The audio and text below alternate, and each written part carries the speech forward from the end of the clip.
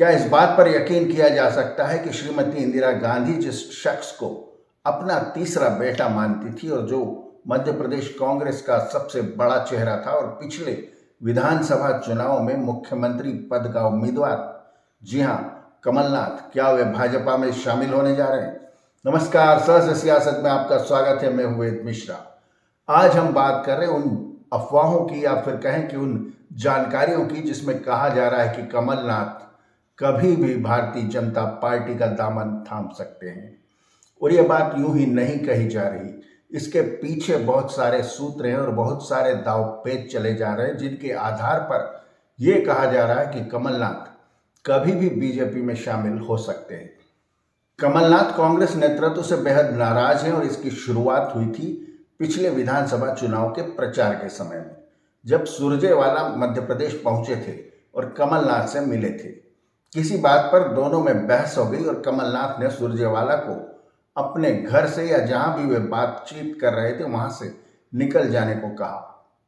सुरजेवाला बाहर आ गए और उन्होंने राहुल गांधी को फोन लगाया। राहुल गांधी ने कहा कि चलिए ठीक है, आप अपना इंतजाम कहीं और कर लीजिए।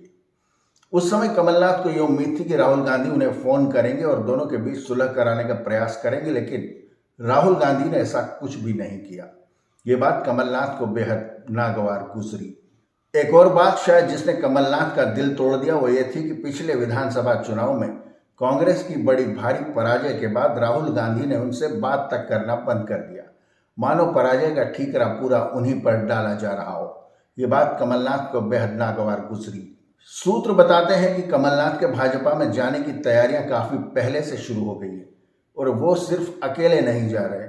छिंदवाड़ा के जितने भी दिग्गज कांग्रेसी नेता हैं वे सब धीरे धीरे भाजपा में प्रवेश करते चले जा रहे हैं और अंत में सारी डील फाइनल होने के बाद कमलनाथ और उनके बेटे का नंबर आएगा। एक बात और जिसने कमलनाथ को परेशान कर दिया वो ये थी कि शिवराज सिंह चौहान को 2024 का लोकसभा चुनाव छिंदवाड़ा से लड़ाने की तैयारी भाजपा कर रही है। छिंदवाड़ा एकमात्र सीट थी जो पिछले लोकसभा चुनाव में कांग्रेस जीत पाई थी, लेकिन अगर शिवराज सिंह चौहान यहां से लड़ते हैं तो 3 बातें उनके फेवर में होंगी। नंबर 1, सिंपैथी कार्ड, जिसमें वो कह सकते हैं या लोग भी ये मानते हैं कि उन्हें सीएम नहीं बनने दिया गया। नंबर 2, राम मंदिर की ताजा लहर। और नंबर 3, हमेशा की तरह मोदी की लहर।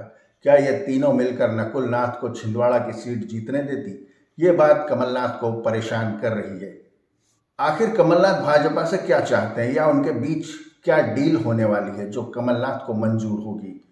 सूत्र बताते हैं कि कमलनाथ राज्यसभा का टिकट चाहते हैं और नंबर 2, अपने बेटे के लिए केंद्रीय मंत्री का पद।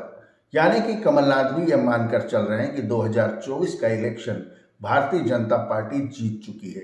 कमलनाथ के भाजपा में जाने की खबरों की पुष्टि या फिर सूत्रों द्वारा इस पर ज्यादा ध्यान तब लगाया गया जब प्रधानमंत्री मोदी से मिलने शिवराज सिंह चौहान पहुंचे। यही नहीं, उसके कुछ ही समय बाद प्रधानमंत्री ने मध्य प्रदेश के वर्तमान मुख्यमंत्री मोहन यादव को भी बुलवा भेजा। कहा यह जा रहा है कि इन दोनों मुख्यमंत्रियों से, एक पूर्व मुख्यमंत्री और एक वर्तमान मुख्यमंत्री से, प्रधानमंत्री ने इस बात पर चर्चा की कि क्या कमलनाथ को भाजपा में लेना सही होगा। इनके जवाब क्या थे ये तो अभी पता नहीं चला, लेकिन जल्द ही पता चलने वाले हैं।